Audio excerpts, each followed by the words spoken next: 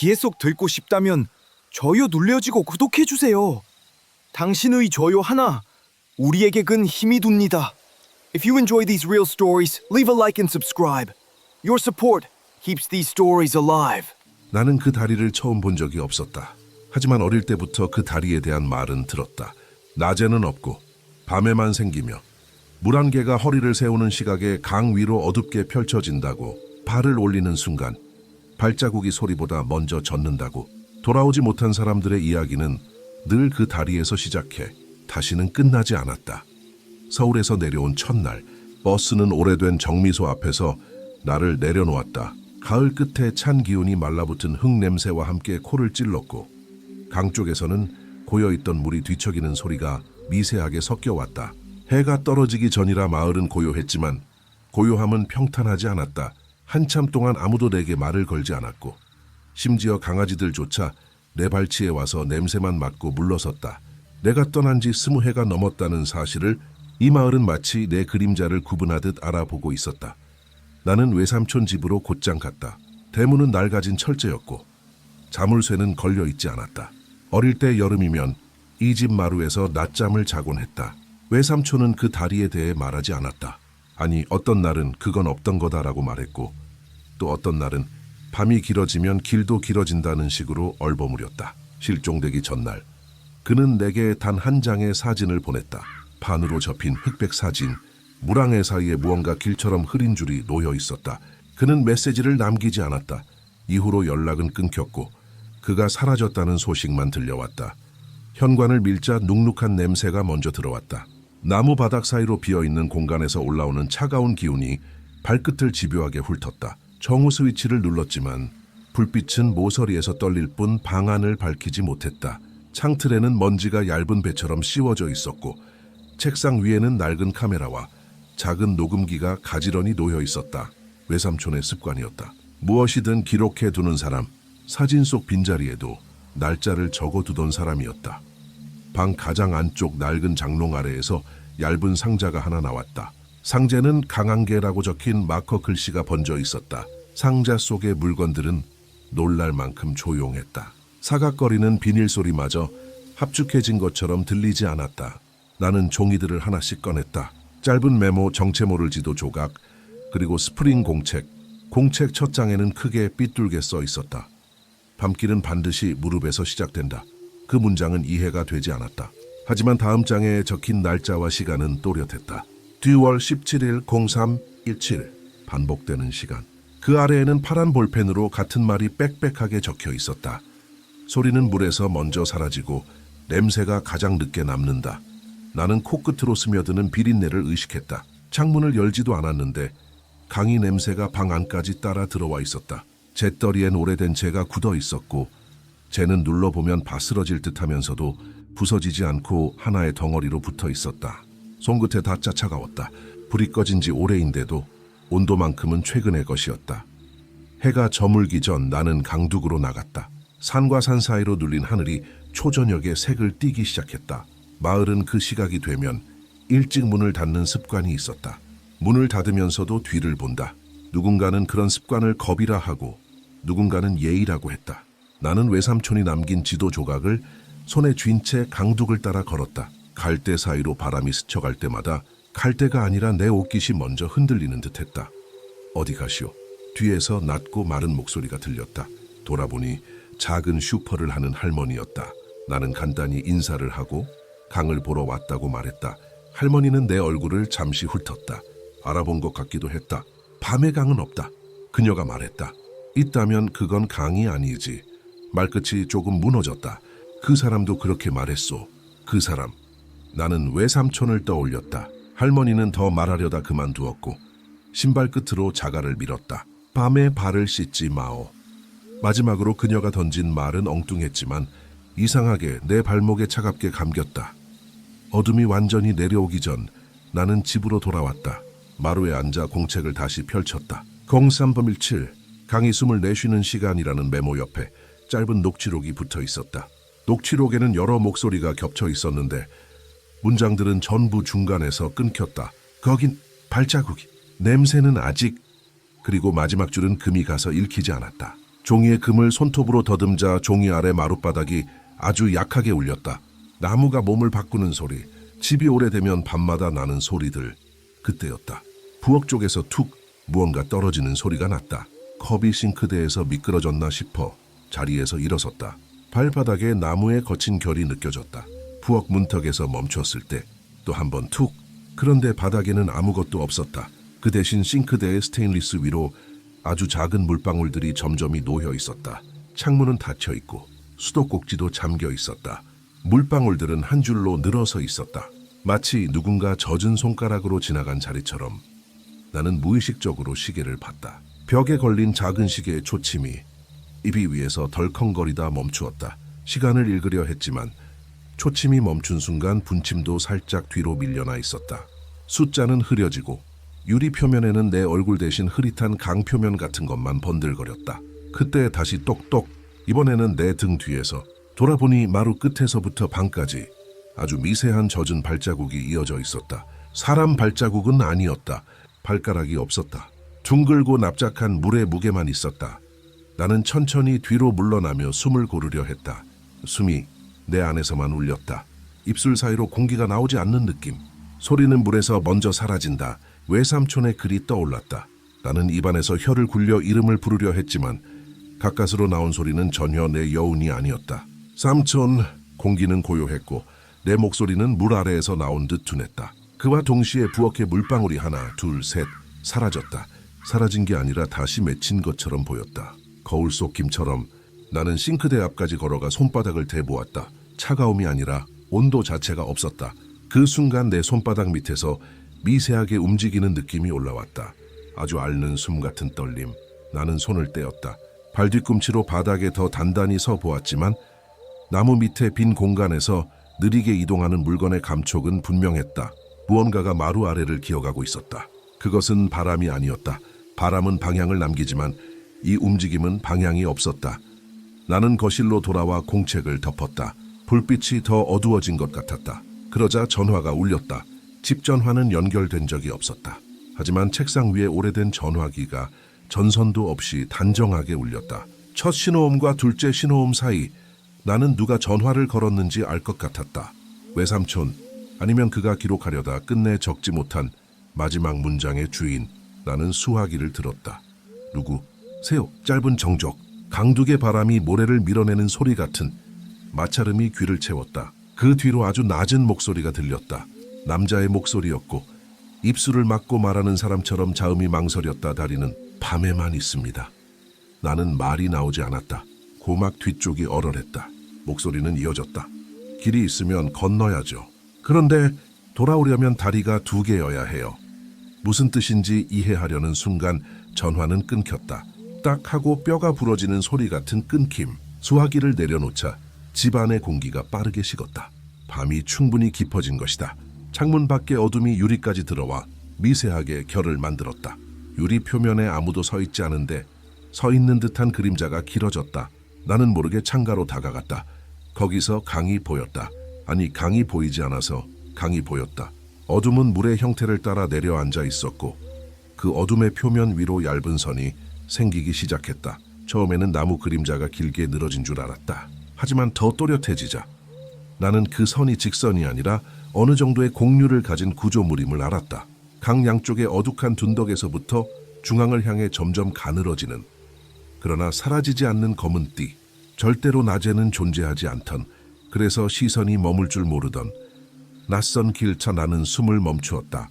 내 숨이 유리를 흐리게 하지 않도록, 내 존재가 그 선을 망치지 않도록. 그때 마루 아래에서 작은 목소리가 났다. 아이가 잠결에 부르는 소리 같은, 또는 물이 먼 곳에 돌을 핥다 실수로 내는 소리 같은. 여기. 나는 한 발 물러나려 했지만 발 뒤꿈치가 마루의 못에 걸렸다. 짧은 통증. 그 순간 시계가 다시 움직이기 시작했다.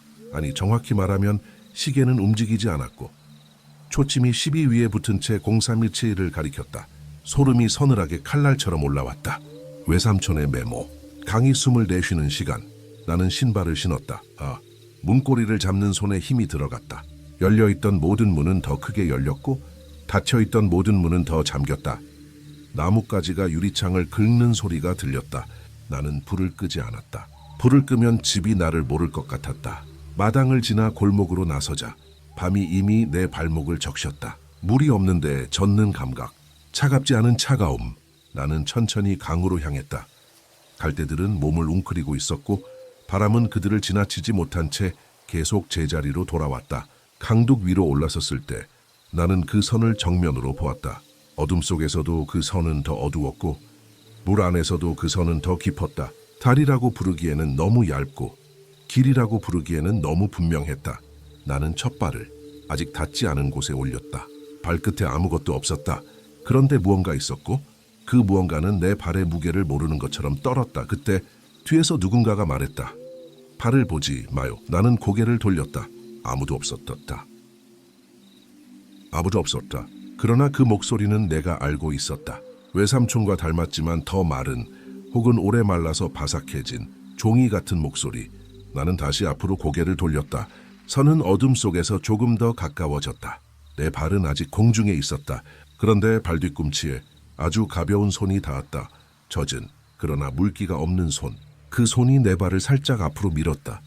나는 물 위에 서 있었다. 아니 물과 어둠 사이에 놓인 어떤 곳에 뒤에서 갈대가 동시에 고개를 숙였다. 멀리서 종소리 같은 소리가 그러나 종이 없는 마을에서 울렸다. 나는 위를 보았다. 별은 거의 없었다. 대신 밤이 전체로 하나의 눈동자처럼 느리게 수축했다. 그 순간 어딘가에서 또박또박 걷는 소리가 들렸다. 내 것이 아닌 발자국 소리. 나와 같은 속도, 같은 방향, 같은 무게. 나는 혼자가 아니었다. 그리고 어쩌면 나는 이미 다리를 건너고 있었다. 다리 위에서 나는 뒤를 돌아보지 않았다. 뒤를 보면 길이 짧아진다는 말을 나는 언제 어디서 들었을까? 발밑이 내 무게를 모른 척 흔들릴 때 내 귀는 이상하게 가벼워졌다. 바람이 있었는지 없었는지 기억이 흐려졌다. 오직 젖지 않았는데 축축한 공기의 맛만 혀끝에 남았다. 차갑지 않은 습기, 신맛도 짠맛도 아닌 오래 문 닫아둔 방의 문을 처음 여는 순간 스며드는 숨 같은 맛. 한 걸음 더. 내 발자국이 내 귀보다 먼저 앞으로 갔다. 어둠에서는 내가 다가갈수록 멀어졌다. 달이라면 닿을수록 가까워져야 하는데 이 길은 내 앞에서 아주 천천히 길어졌다. 뒤에서 혹은 조금 옆에서 내 보폭을 흉내내는 소리가 났다. 내 발과 같은 크기에 그러나 발가락이 없는 둥근 물의 무게들. 나는 고개를 들었다. 강 건너편의 어둠이 아주 살짝 누군가의 어깨처럼 솟았다. 그때 저 멀리 갈대들이 동시에 고개를 들었다. 누군가가 다리에 올라섰다는 신호처럼. 발을 보지 말라고 했잖아. 바람이 말했는지 내 입안의 침이 말했는지 분간이 안 갔다. 외삼촌과 닮은 그 목소리가 내 뒤에서만 아니라 내 앞에서도 심지어 내 발목 안쪽에서도 났다. 나는 대답하지 않았다. 뒤를 보면 길이 줄어든다. 나는 그 말을 믿었다. 믿는 척이라도 해야 했다. 믿음은 방향을 만든다. 불신은 거리를 만든다. 지금 나에게 필요한 건 거리보다 방향이었다. 어둠은 더 이상 검지 않았다.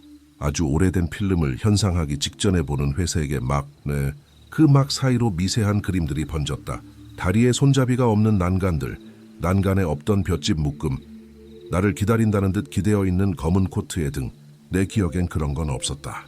그런데 내 몸은 저것들을 알고 있었다. 손이 먼저 반응했다. 잡을 곳이 없는데 잡을 곳을 찾았다. 그러다 문득 깨달았다. 이것은 내가 어린 시절 여름마다 강가에서 뛰놀던 그 기억의 장면들과 아주 미세하게 어긋나 있었다. 어긋남이 너무 정확해서 오히려 기억보다 믿을 수 있는 느낌. 기억의 수정본 같은 장면들 소리는 물에서 먼저 사라지고 냄새가 가장 늦게 남는다. 외삼촌의 글씨가 갑자기 눈앞에 선명해졌다. 나는 코로 숨을 깊게 빨아들였다. 비린내와 젖은 흙, 녹슨 철을 오래 핥은 듯한 맛, 그리고 아주 옅은 향. 사람 살결에서 나는, 하지만 아무도 없는 밤에만 나는 사라진 천의 흔적 같은 향. 그때 내 혀 밑에서 미세한 떨림이 일었다. 물 위에서 긴장한 근육이 방출하는 염기의 냄새. 내가 지금 혼자가 아니라는 사실은 귀가 아니라 코가 먼저 알렸다. 여긴 돌아가는 길이 없어요. 누가 귓불에 대고 속삭이듯 말했다. 나는 반사적으로 고개를 끄덕였다. 그러자 발끝에 흔들림이 멎었다. 길은 더는 길어지지 않았고 나는 어느새 다리의 중앙쯤에 서 있었다. 중앙이라는 확신은 어디서 왔는지 모르겠지만 중앙에 서면 사람은 자신이 중앙에 있다는 걸 알게 된다. 사방이 같은 거리만큼 멀다. 그리고 그 모든 멀미 물이 아니라 없음으로 채워져 있다. 그때 아주 희미한 불빛이 저편 둔덕 쪽에서 번졌다. 랜턴이라고 하기엔 빗살이 부드러웠고 촛불이라고 하기엔 너무 흔들리지 않았다. 나는 눈을 가늘게 떴다. 빛은 한 사람의 손에서 나온 것 같았다. 손은 움직이지 않았고 빛만 움직였다. 그리고 빛이 잠깐 내 눈을 스치며 지나갈 때 나는 그 손목에 묶인 얇은 끈을 보았다. 촘촘히 매듭이 지어진 무당이 굿판에서 쓰는 팔목끈과 흡사한 누가 저기에 있는 걸까? 누가 나를 알아보고 있는 걸까? 거기 누구예요? 내 목소리는 나갔다. 그러나 내 귀로 돌아오지 않았다. 소리가 먼 데로 가서 미끄러졌다. 다리 위에서 소리는 방향을 잃었다. 답은 돌아오지 않았다. 대신 내 발목을 스치던 공기의 결만 살짝 달라졌다. 마치 누군가 내 발목 뒤쪽에 이름 없는 뼈에 입을 대고 쉿이라고 속삭인 것처럼 그 순간 빛은 꺼졌다. 아니, 손이 빛을 접었다. 밤이 다시 하나의 눈동자처럼 수축했다. 나는 뒤돌아섰다. 뒤를 보면 길이 짧아진다 했지만 짧아진 길이 필요한 순간이 있다. 돌아갈 수 있는 만큼만. 지금은 돌아가고 싶었다. 그런데 뒤편의 어둠이 아주 조금 내 쪽으로 걸어왔다. 발자국 소리 없이 그림자가 먼저 와서 내 발톱 위에 앉았다. 나는 그 그림자를 밟고 한 걸음 뒤로 물러났다. 그때 다리 아래 어둠 속에서 무엇인가 올려다보는 기척이 들렸다. 물고기의 숨처럼 간헐적인, 그러나 사람의 인내처럼 꾸준한 03시 17분. 누군가 시간만 말하고 사라졌다. 나는 무릎을 굳게 붙였다. 외삼촌의 문장이 다시 떠올랐다. 밤길은 반드시 무릎에서 시작된다. 무릎, 허리도 발목도 아니라 왜 무릎일까? 무릎을 조금 굽히자 다리가 내 체중을 다시 분배했다. 그 순간 발밑의 떨림이 사라졌다. 나는 서둘러 둔덕 쪽으로 걸었다. 걸음이 빨라질수록 뒤에서 내 똑같은 속도의 물발자국들도 따라왔다. 나는 그 소리를 모른 척했다. 모른 척하는 것은 때때로 살아가는 기술이다. 둔덕에 닿았을 때 나는 흙을 손으로 움켜쥐었다. 흙은 찬데 뜨거웠다. 손바닥 안에서 마치 누군가의 천 하나가 열없이 뛰는 것 같았다. 허리를 숙인 채 숨을 고르는데 옆자갈 틈에서 종이 한 장이 삐져나와 있었다. 종이는 젖지 않았다. 나는 그것을 잡아당겼다. 외삼촌의 글씨였다. 냄새가 끝까지 남으면 길은 끝까지 없다. 그 아래 작은 도형들이 있었다. 네모 3개, 원 하나, 그리고 네모 안에 X표. 나는 그 도형들을 알아보는데 한참 걸렸다. 마을 지도였다. 정미소, 슈퍼, 외삼촌 집, 그리고 강으로 이어지는 좁은 길. X표는 마을 회관 뒤편에 빈 창고에 찍혀 있었다. 나는 땅에서 일어났다. 밤이 깊을수록 사람은 작아진다. 작아지지 않으려면 자꾸 걸어야 한다. 나는 슈퍼 앞을 지나 마을 회관까지 갔다. 전깃불은 꺼져 있었고 창문엔 오래된 행사 포스터가 더 이상 붙지 못하고 바스라진 채로 매달려 있었다. 회관 뒤편의 창고 문은 굳게 닫혀 있었다. 자물쇠는 새 것이었지만 문틀은 오래되어 휘어 있었다. 나는 손바닥을 대고 밀었다. 문은 생각보다 쉽게 열렸다. 문 안에서 먼 냄새가, 정말 오랜 동안 닫혀있던 숨 같은 냄새가 밀려 나왔다. 냄새 속에 섞인 것은 낡은 나무, 비닐, 그리고 물안개에 나는 스마트폰의 손전등을 켰다. 빛은 창고의 한가운데로 엷은 원을 만들었다. 원의 가장자리에는 부러진 의자와 바스러진 상자들이 놓여 있었고 한쪽 벽에는 커다란 천이 못으로 고정되어 있었다. 그 천은 어두운 회색이었고 표면에 뭔가 손톱으로 긁어낸 듯한 자국들이 빽빽했다. 가까이 다가가 보니 그것은 글자였다. 글자라고 부르기엔 모양이 일정치 않았고 그림이라고 부르기엔 너무 문장 같았다. 물결을 닮은 획들이 자꾸 되풀이 되었고 간간히 점들이 박혀 있었다. 물 위에서 쓰여진 문장들. 나는 그렇게밖에 생각할 수 없었다. 천 아래 낮은 책상이 하나 있었고 그 위에 외삼촌의 카메라와 닮은 모델의 오래된 폴라로이드 사진들이 흩어져 있었다. 사진은 대부분 회색의 그라데이션 뿐이었는데 몇 장에는 다리가 희미하게 기록되어 있었다. 다리는 항상 밤이었다. 그리고 놀랍게도 어떤 사진에는 사람이 있었다. 다리 위에 검은 점 같은 사람, 고개를 숙이고 발을 보지 않는 모습. 그중 한 장에서 나는 내 코트와 같은 길이의 검은 외투를 입은 사람을 보았다. 뒷모습이 낯설지 않았다. 사진 아래 스프링 공책이 있었다. 표지는 조금 젖어가며 말려 있었고 끈으로 묶인 흔적이 남아 있었다. 공책을 펼치자 중간쯤부터 글씨가 시작되었다. 04317. 다리는 있어 보인다. 그러나 없다. 있는 동안은 건널 수 있고 건너는 동안은 돌아올 수 없다. 되돌아오는 길은 두 번째 다리여야 한다. 두 번째 다리는 언제나 냄새에서 시작한다. 비린내가 끝나고 사람 냄새가 남을 때, 그때 기억을 묶어라. 기억을 묶지 않으면 강이 묵는다. 나는 입술을 깨물었다. 사람 냄새, 사라진 천의 향, 그것을 어디서, 누구에게서 맡았더라. 문득 외삼촌 집 부엌에 싱크대 위로 줄지어 맺힌 물방울들이 떠올랐다. 젖은 손가락이 스친 그 줄, 그리고 마루 아래를 기어가던 방향이 없는 움직임. 만약 그 냄새가 집에 먼저 도착한 두 번째 다리라면, 내가 이미 돌아와 버린 것이라면, 그러니까 내가 강으로 간 것은 돌아온 뒤였던가, 돌아오기 위해서였던가. 공책 뒷장에는 간단한 도식들이 하나 더 그려져 있었다. 네모집 원강 세모 창고, 그리고 그 사이를 잇는 점선 2개. 하나는 밤에만 나타나는 선, 다른 하나에는 작은 글씨로 적혀 있었다. 목소리의 길.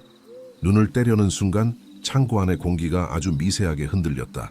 핸드폰 손전등이 눈에 띄지 않을 정도로 떨렸다. 누군가 내 뒤를 스치고 지나갔다. 나는 느꼈다. 냄새가 먼저 왔다. 오래된 비단에 배어있던 향이, 시간이 죽은 방에서만 나는 냄새가 갑자기 내 코끝을 어루만졌다. 이어서 아주 낮은, 거의 몸속에서 울리는 목소리. 발룰, 보지 말아야 했지. 나는 돌아보지 않았다. 뒤를 보면 길이 짧아진다. 대신 벽에 고정된 천 앞에 서서 손가락으로 긁힌 자국들을 더듬었다. 긁힌 선 사이 일정한 패턴이 있었다. 물결점, 물결점점. 나는 무언가를 읽는 기분이 들었다. 점의 개수마다 숨을 쉬어야 했다. 숨을 거꾸로 들이마시는 법을 나는 그때 처음 알았다. 숨을 거꾸로 들이마시자 내 등뼈 사이사이에 붙어있던 차가운 것들이 천천히 자리로 돌아갔다. 마치 이 방이 나를 기억해내는 방식 같았다. 철컥 창고문이 저절로 닫혔다. 손전등의 원이 벽에서 저절로 작아졌다. 주머니 속 스위치를 누른 적이 없는데 밝기가 줄었다. 소리는 사라졌다. 정말 소리는 가장 먼저 사라졌다. 나는 내 심장 소리조차 듣지 못했다. 그러나 냄새는 더 진해졌다. 비린내가 빠지고 대신 오래 말린 꽃잎 같은, 그러나 사람 살결에 오래 붙어 있었다가 떨어진 냄새가 방 안에 가득했다. 그때 귀가 아닌 부비강 어디쯤에서 다시 그 목소리가 났다. 두 번째 다리는 네가 묻어둔 말, 묻어둔 말? 나는 자신도 모르게 입을 열었다. 그러나 말은 나오지 않았다. 혀의 뒤쪽이 마비된 것처럼 무거웠다. 나는 공책을 덮었다.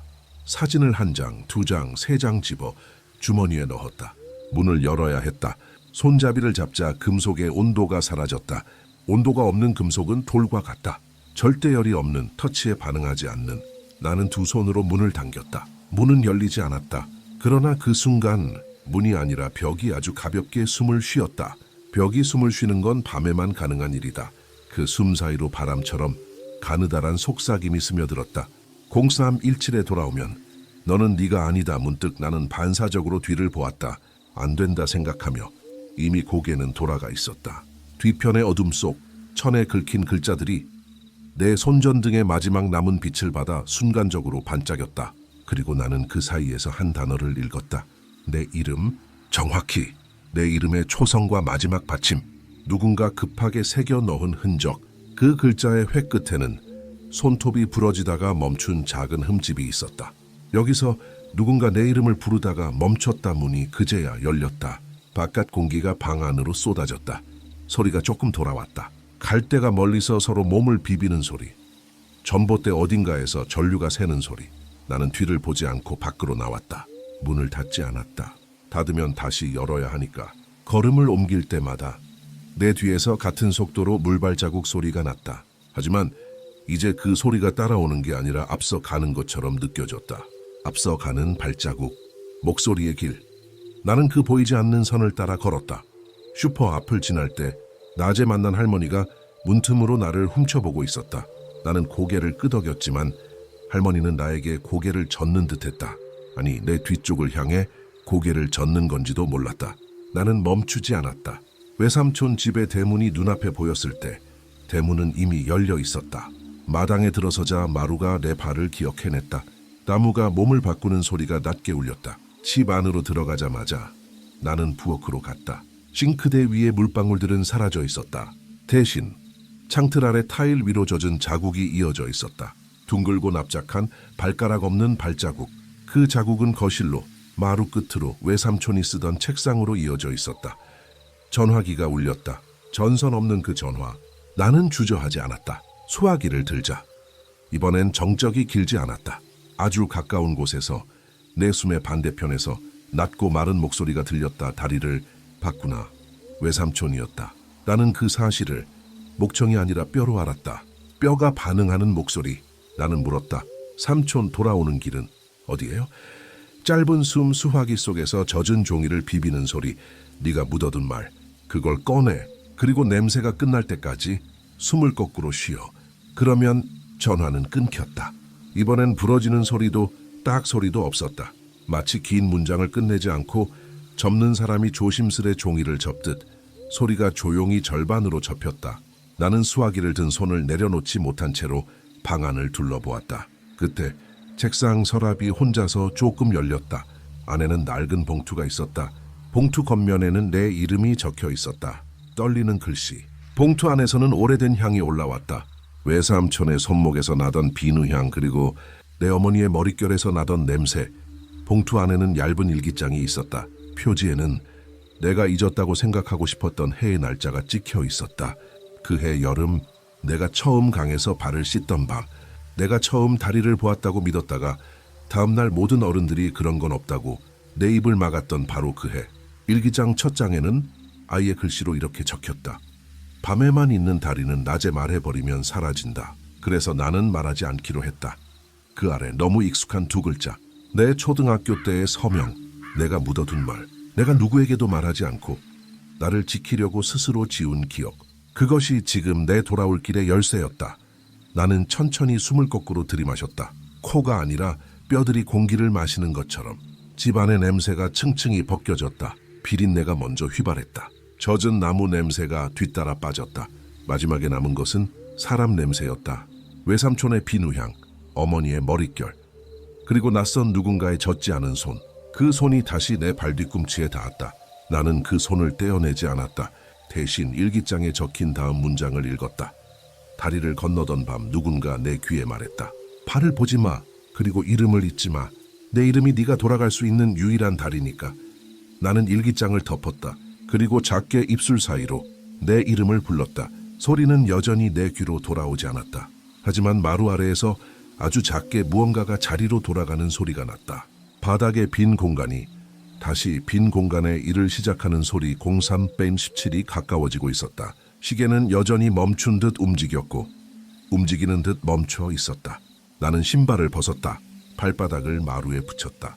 나무결이 뜨겁게 식었다. 내가 묻어둔 말이 내 발 아래에서 아주 천천히 깨어나는 느낌. 그리고 그때 내 안에서 혹은 집 안에서 혹은 강에서 구분할 수 없는 어느 곳에서 낯선 목소리가 낮게 울렸다. 이제 네가 묻는다. 나는 고개를 들었다. 창밖의 어둠이 조금 더 가까워졌다. 밤은 길어지고 길은 밤이 된다.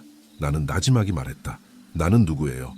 그 질문이 집 안을 한 바퀴 돌고 마루 아래를 한번 기어가 싱크대 위의 타일에서 잠시 머물다가 다시 내 앞에 돌아왔다. 그러나 돌아온 것은 대답이 아니었다. 아주 작은 젖지 않은 발자국 하나. 그것이 거실 끝에서부터 나를 향해 놓였다. 그리고 또 하나. 그리고 또. 나는 천천히 눈을 감았다. 냄새가 끝날 때까지 숨을 거꾸로 쉬었다. 그러자 소리가 아주 멀리서 겨우 형태만 가지고 돌아왔다. 외삼촌의 혹은 외삼촌을 흉내낸 목소리가 귓불과 마루 사이 어딘가에서 말했다. 두 번째 다리는 네가 무너뜨린 말 위에 세워진다. 나는 눈을 떴다. 그리고 알았다. 아직 다 끝나지 않았다.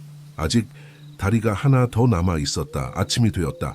아니, 창문 바깥이 밝아졌다. 그러나 내가 깨어났다는 확신은 어디에도 닿지 못했다. 내 몸은 일어났지만 내 그림자는 마루에 계속 누워 있었다. 그림자가 먼저 깨어나면 사람은 하루 종일 말수가 줄어든다. 그날의 나는 거의 말하지 않았다. 부엌의 싱크대는 말라 있었다. 타일 위에 젖은 발자국이 사라진 자리엔 얇은 소금 자국이 금처럼 남아 있었다. 맛을 보았다. 짜지 않았다. 혀끝만 약간 떨렸다. 냄새도 없었다. 대신 손가락 끝에 아주 미세한 결이 남았다. 불이 지나갔던 결. 밤의 손끝이 낮에 남긴 이력서처럼. 집 밖으로 나왔을 때 마을은 낮의 규칙을 따르는 척했다. 슈퍼는 문을 열고 정미소 앞에는 빈 포대가 겹겹이 쌓였다. 그러나 사람들은 서로의 얼굴을 보지 않았다. 인사 대신 바닥을 봤다. 어느 누구도 다리를 입에 올리지 않았고 심지어 강이라는 단어를 말할 때면 혀가 한 번 더 굳게 굴렀다. 나는 혼자 강두까지 걸어가 봤다. 물은 낮에 표정을 하고 있었다. 얕은 바람과 햇빛이 만든 얇은 인상. 그러나 귀를 기울이면 물은 숨을 쉬지 않았다. 물은 쉬는 척만 하고 있었다. 슈퍼 할머니는 나를 보자 먼저 고개를 숙였다. 나는 인사를 하고 물 한 병과 라면을 샀다. 할머니가 잔돈을 건네며 낮은 목소리로 말했다. 어젯밤 그 소리 들었지? 어떤 소리요? 소리 없는 소리. 그게 들리면 집에 있어야 해. 밖에 나가면 길이 너를 먼저 골라. 말을 마치자마자 할머니는 입술을 닫았다. 바람이 한번 마당을 긁고 지나갔다. 나는 고개를 끄덕이며 나왔다. 할머니는 내가 등을 돌리는 순간 누군가에게 하듯 손바닥을 펼쳐 보였다. 손바닥 한가운데에는 아주 옅게 푸른 실이 묶여 있었다. 무당이 매듭지어 주던 그 문양. 나는 묻지 않았다. 낮에 묻는 말은 밤에 대답한다. 외삼촌 집으로 돌아오며 나는 회관 뒤 창고를 한 번 더 떠올렸다. 전에 긁힌 물 같은 문장, 공책의 도식, 그리고 내 이름의 초성과 마지막 받침. 낮에는 그 모든 것이 마치 꿈이 썼던 편지를 현실이 보관하고 있는 것처럼 느껴졌다. 나는 문득 봉투에서 꺼낸 내 어린 날의 일기장을 다시 펼쳤다. 종이의 냄새가 낮게 깔렸다. 그해 여름의 잔향. 다음 장에는 이런 문장이 있었다. 나는 엄마가 부르는 이름을 잊기 위해 내 이름을 크게 따라 불렀다. 그러면 엄마의 입술 모양도 잊힌다. 그 문장을 읽자 내 혀가 갑자기 낯설어졌다. 이름을 말하려 했지만 말아둔 실이 입천장에 걸린 것처럼 목이 조였다. 나는 입을 다물고 창문으로 들어온 낮을 오래 바라보았다. 낮은 언제나 변명 같다. 내가 본 것을 설명하지 못하지만 설명하지 않아도 되는 이유가 되어준다. 그러다 나는 깨달았다. 낮이 내 편이 아니라는 것을.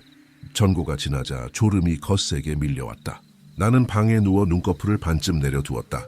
잠들지 않으려는 노력과 잠이 들려는 본능이 이마의 얇은 피부에서 미세하게 부딪혔다. 그때 벽지 안쪽 어딘가에서 작은 발걸음 소리가 났다.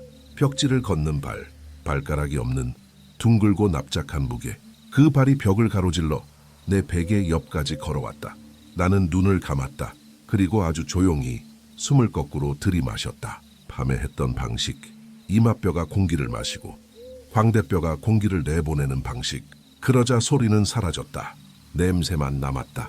비린내가 아닌 오래 덮어두었던 옷장에서 꺼낸 스웨터의 냄새. 그때 내 귀와 베개 사이의 얇은 틈에서 속삭이는 소리가 솟았다. 발을 보지 마. 그런데 너는 낮에 무엇을 봐? 나는 대답하지 않았다. 낮에 대답하면 밤이 더 묻는다. 대신 이불 안에서 손을 더듬어 일기장을 만졌다. 종이의 따뜻함이 손끝에 옮겨왔다. 나는 눈을 뜨지 않은 채로 장을 넘겼다. 어느 페이지의 가장자리에서 손톱이 걸렸다. 거기엔 자그마한 스케치가 있었다. 갈대와 강, 그리고 밤의 선. 선 위에 작은 원 2개가 겹쳐 있었다. 2개의 다리.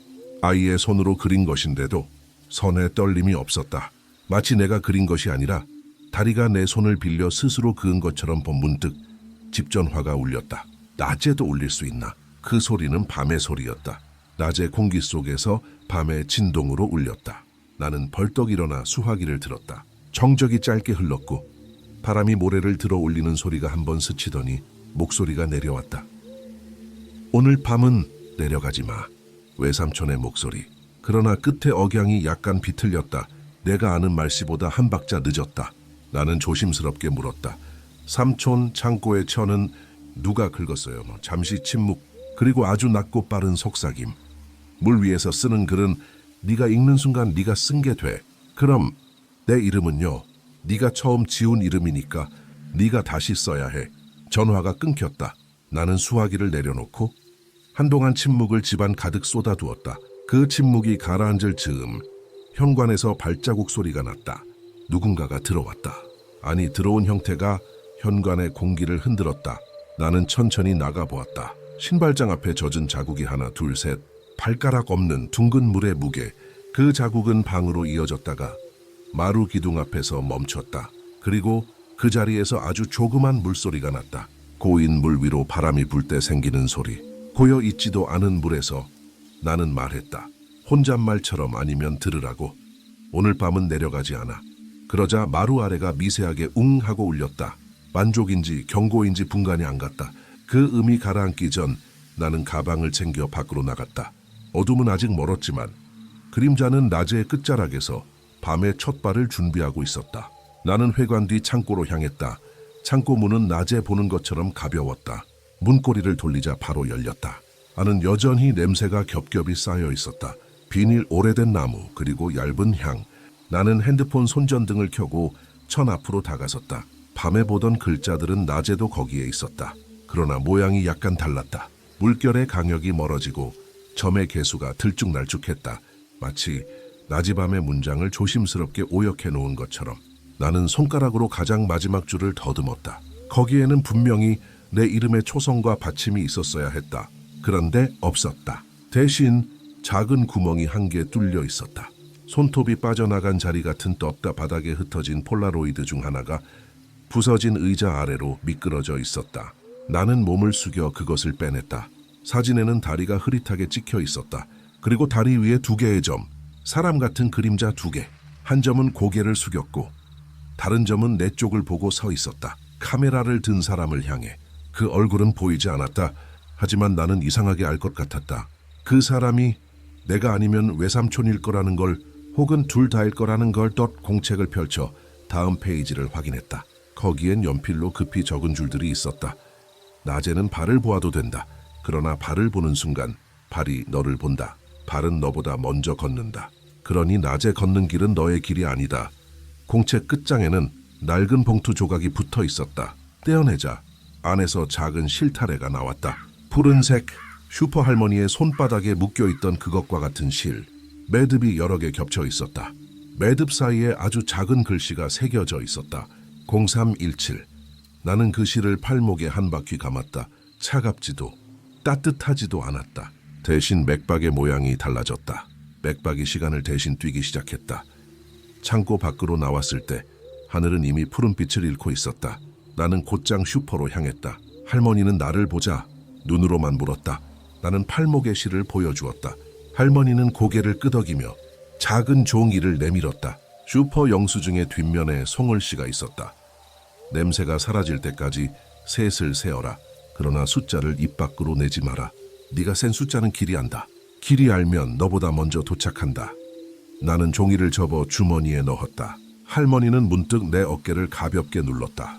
말 대신 손의 무게로 던지는 경고. 그리고 아주 낮게 거의 입모양만으로 말했다.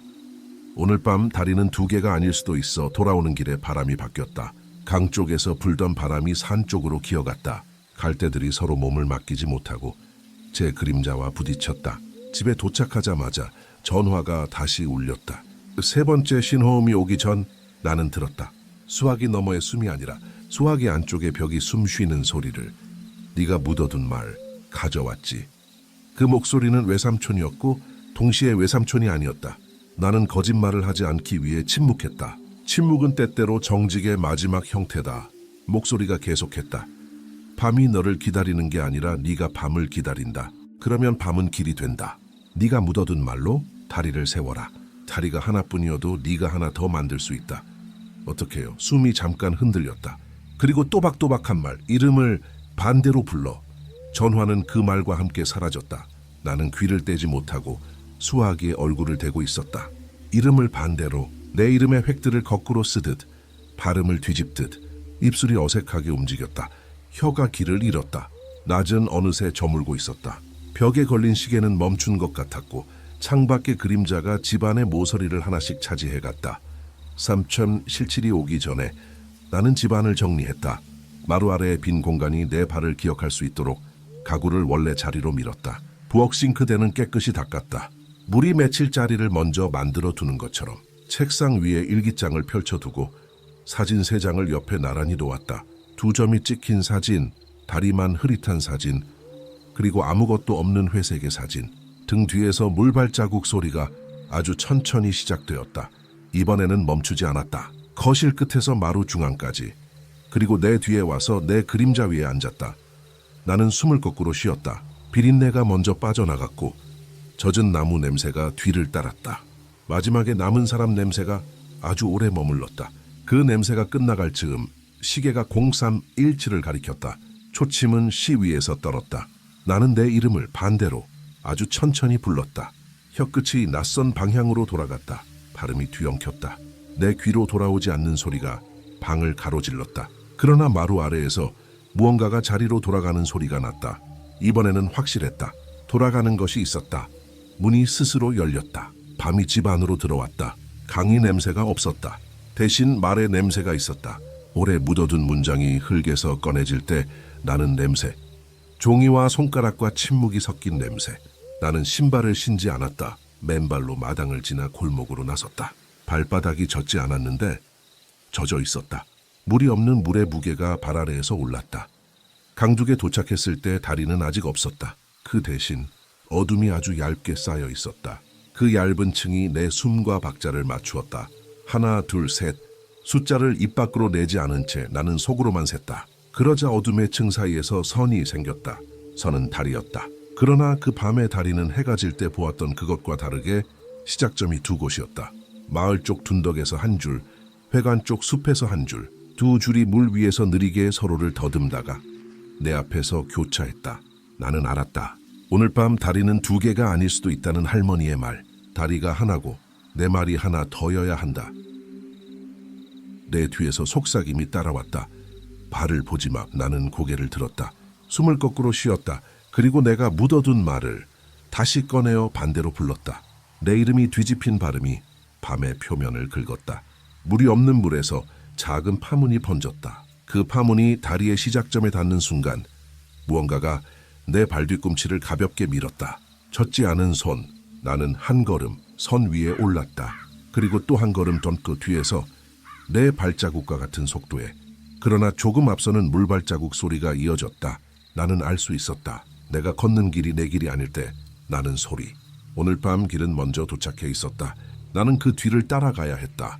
꿈과 깨어있음 사이의 좁은 틈을, 이름과 무명의 경계선을, 내가 쓴 문장과 나를 쓰는 문장 사이를, 어디까지가 다리이고 어디부터가 물인지, 어디까지가 내가 묻은 말이고 어디부터가 나를 묻는 밤인지. 경계는 끝없이 얇아졌다. 나는 그 얇음 위에 서 있었다. 그리고 어쩌면 나는 이미 건너고 있었다. 03, 17. 밤의 호흡이 길어졌다. 선 두 개가 강 위에서 서로를 더듬더니 내 발 앞에서 얇게 포개졌다. 어젯밤과 달랐다. 다리는 나를 기다리지 않았고 내가 다리의 말에 맞추어 혀를 돌려야 했다. 나는 입술을 적셨다. 내 이름을 반대로 더 천천히 불렀다. 발음이 모서리를 긁듯 지나갔다. 내 귀로 돌아오지 않는 소리가 물도 없는 물 위에 잔물결을 세웠다. 발을 보지 마. 낮에 들었던 그 문장이 다시 등을 밀었다. 젖지 않은 손이 발뒤꿈치를 가볍게 건드렸다. 나는 첫걸음을 내디뎠다. 어둠과 어둠을 잇는, 그러나 어둠보다 얇은 길. 내 앞에서 물발자국 소리가 조금 앞서갔다. 발가락은 여전히 없었다. 둥글고 납작한 무게들이 선을 더듬으며 나를 어딘가로 이끌었다. 강 가운데 어제 중앙이라 믿었던 자리에서 멈추었다. 그 사방의 멀미 같은 길이로 기울어진 곳. 내 심장 소리는 들리지 않았다. 대신 냄새가 겹쳐졌다. 비린내가 가장 먼저 빠져나갔고 젖은 나무 냄새가 그 뒤를 따랐다. 마지막에 남은 건 사람 냄새. 외삼촌의 비누향과 오래전에 사라진 어머니의 머릿결, 그리고 어젯밤부터 내 발을 밀던 젖지 않은 손의 냄새. 나는 숨을 거꾸로 들이마셨다. 뼈가 공기를 마시는 그 방식. 그러자 냄새의 마지막 껍질이 비스듬히 벗겨졌다. 옅은 향과 함께 말이 떠올랐다. 네가 묻어둔 말. 그 말은 내가 어린 날 지워버린 문장이었다. 그해 여름. 나는 강가에서 발을 씻다 밤의 선을 보았고 다음 날 어른들이 내 입술을 막았다. 낮에 말하면 사라진다고. 그래서 나는 말하지 않았고 이름을 크게 따라 불러 어머니의 목소리를 덮었다. 그 덮임이 내 첫 번째 다리였다. 나는 그때 돌아오지 못했고 외삼촌은 내 말을 찾으러 다리에 올라섰다. 그의 공책은 방향을 만들었지만 거리를 줄이지는 못했다. 돌아오는 길은 두 번째 다리여야 하니까. 가만히 서 등 뒤에서 목소리가 솟았다. 외삼촌이었다. 그러나 내 귓불이 아니라 무릎 뒤의 인대에서 울렸다. 나는 천천히 고개를 돌렸다. 뒤를 보면 길이 짧아진다. 그래도 이제는 짧아져야 했다. 어둠의 표면 위로 사람의 윤곽이 떠올랐다. 검은 코트, 팔목에 푸른 실, 매듭마다 0317이 묻어 있었다. 외삼촌은 내 앞이었다. 동시에 내 안쪽이었다. 삼촌, 내 입술이 열렸지만 소리는 물로 빠졌다. 외삼촌이 먼저 말했다. 그의 입술은 움직였으나 말은 코끝에 맡겨졌다. 돌아오려면 네가 먼저 나를 떠나보내야 해. 어디로요? 네가 묻은 곳으로. 외삼촌의 발밑에서 물발자국이 퍼졌다. 둥글고 납작한 무게가 그를 중심으로 천천히 원을 그렸다. 원은 금세 둘이 되었다. 내 앞에 선, 내 뒤에 선. 다리는 두 개였다. 그러나 서로 닿지 않았다. 사이에 내가 있었다. 내 이름을 반대로 불렀지. 외삼촌의 눈이 어둠에서 붉어졌다. 멀리 있는데 가까웠다. 이젠 내가 너의 이름을 처음처럼 부를 거다. 그는 내 이름을 발음했다. 낮고 또박또박, 모음을 정확히 지나는 혀, 먼 데를 향하지 않고 바로 내 뼈로 들어오는 소리. 나는 갑작스레 무릎이 녹아내리는 것을 느꼈다. 밤길은 반드시 무릎에서 시작된다. 그의 공책 속 문장이 엎어져 내 무릎을 붙였다. 무릎이 닿자 다리가 한 칸 내려앉았다. 이음매가 있는 구조물처럼 삐걱거리는 소리.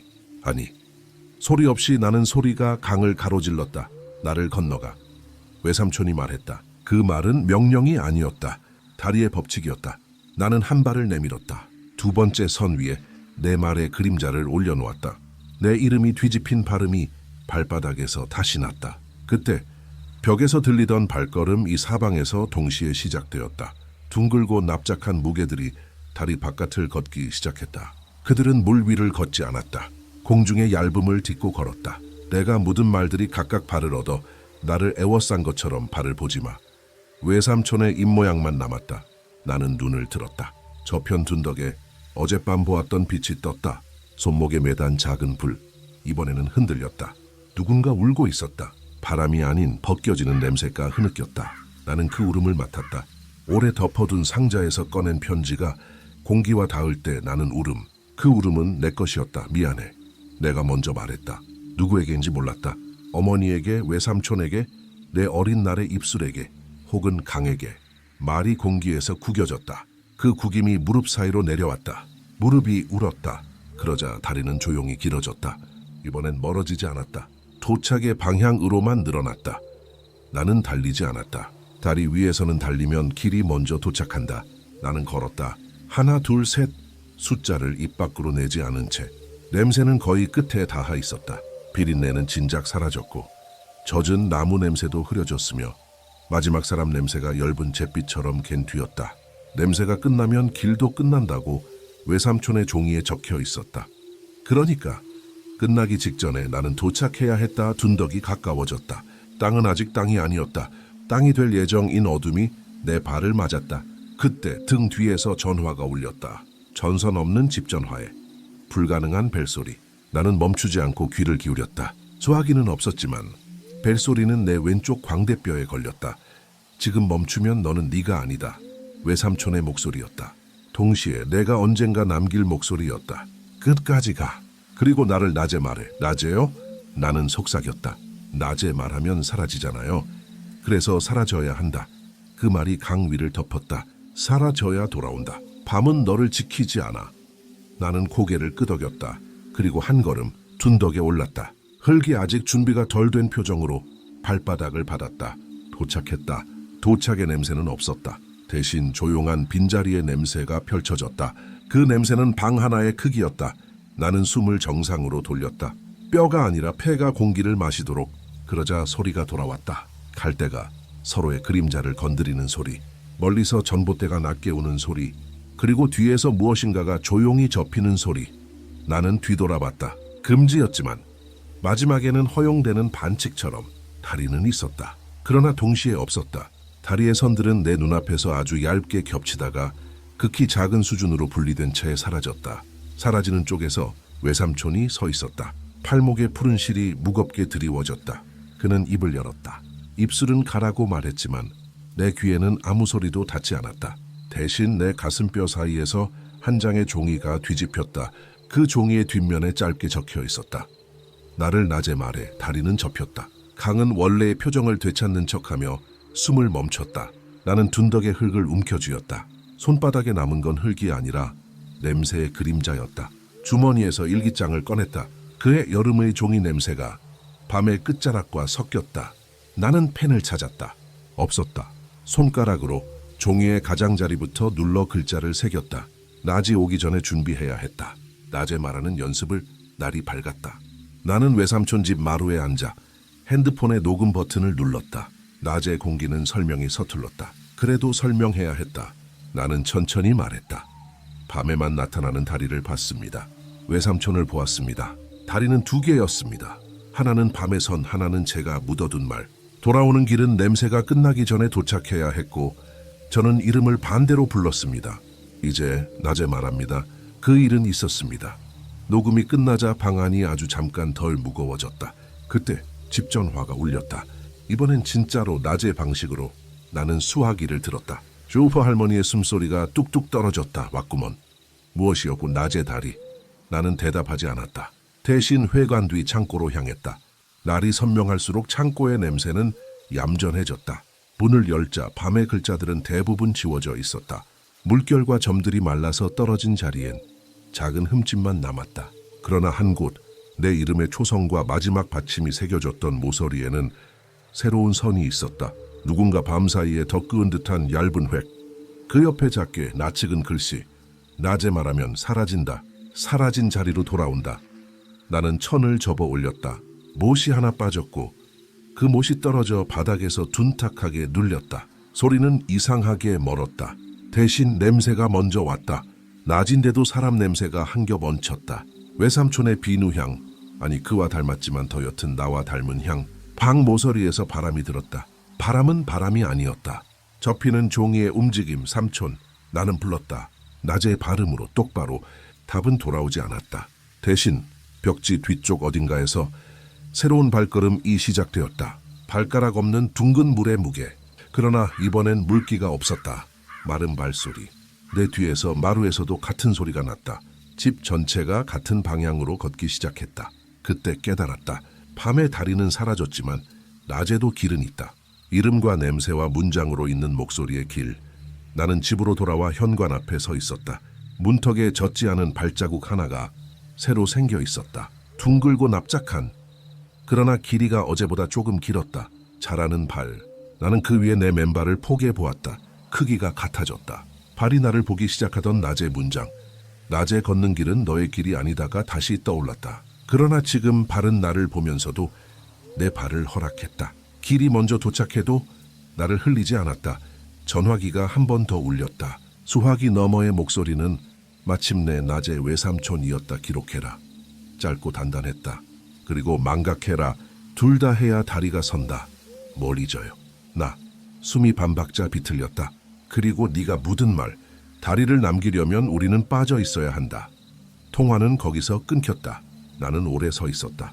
기록과 망각, 서로 반대인 두 동사가 옆자리에 앉아 내 어깨를 번갈아 눌렀다. 나는 마루로 가서 공책을 펼쳤다. 첫 장에 제목을 적었다.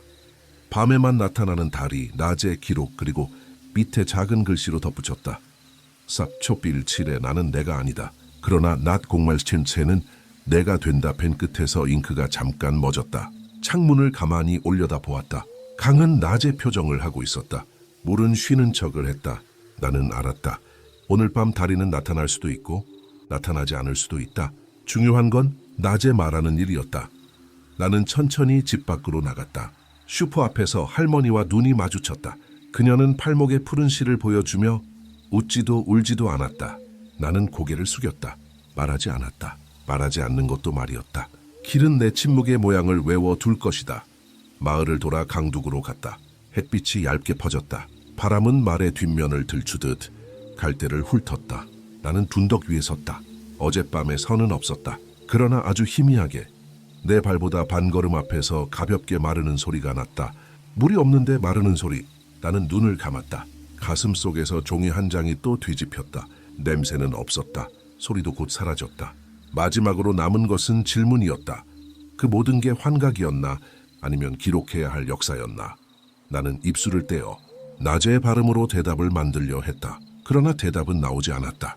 대신 혀끝에서 내가 처음 배운 단어가 떠올랐다. 이름. 나는 내 이름을 똑바로 불렀다. 전고의 방향으로. 강이 없는 강을 향해 그 이름은 내 귀로 돌아왔다. 그리고 아무 일도 일어나지 않았다. 아무 일도 일어나지 않는 그 순간 나는 이해했다. 다리는 매일 선다. 밤에는 선으로, 낮에는 문장으로, 밤에는 발로, 낮에는 말로, 그리고 돌아오는 길은 늘 사라지는 방식으로만 가능하다는 것을 나는 뒤돌아섰다. 집으로 걸어가는 내 발소리가 조금 늦게 따라왔다. 발가락 없는 둥근 무게가 옆에서 반 박자 앞섰다. 우리는 서로 먼저 도착하지 않으려 애쓰며 같은 길을 걸었다. 마을은 낮의 규칙을 따랐다. 그러나 바닥을 보며 인사하는 사람들의 발치에서 젖지 않은 물의 기척이 얌전히 흔들렸다. 문턱에서 멈췄다. 집 안 공기는 비어 있었고 빈 공기는 나를 알아보았다. 나는 공책을 책상 위에 펼쳐둔 채 전화기를 바라보았다. 울리지 않았다. 그래서 나는 버튼을 눌러 내게 전화를 걸었다. 벨소리가 내 광대뼈에 닿았다. 수화기를 들지 않았다. 소리가 천천히 방을 가득 채우다. 조용히 반으로 접혀 사라졌다. 사라지는 방식. 나는 마지막 문장을 공책에 적었다. 이것은 기록이다. 그리고 망각이다. 밤에만 나타나는 다리는 낮에도 존재한다. 내가 말하는 동안만 점을 찍자 창틀에 가볍게 물방울 하나가 맺혔다. 비가 오지 않았는데 맺힌 물, 둥글고 납작한 발가락 없는 발자국의 씨앗. 나는 닦지 않았다. 닦는 것도 남기는 것도 둘 다 길이 알 테니까 문을 닫았다. 아주 천천히. 다튀는 소리는 나지 않았다. 대신 냄새가 가장 늦게 남았다.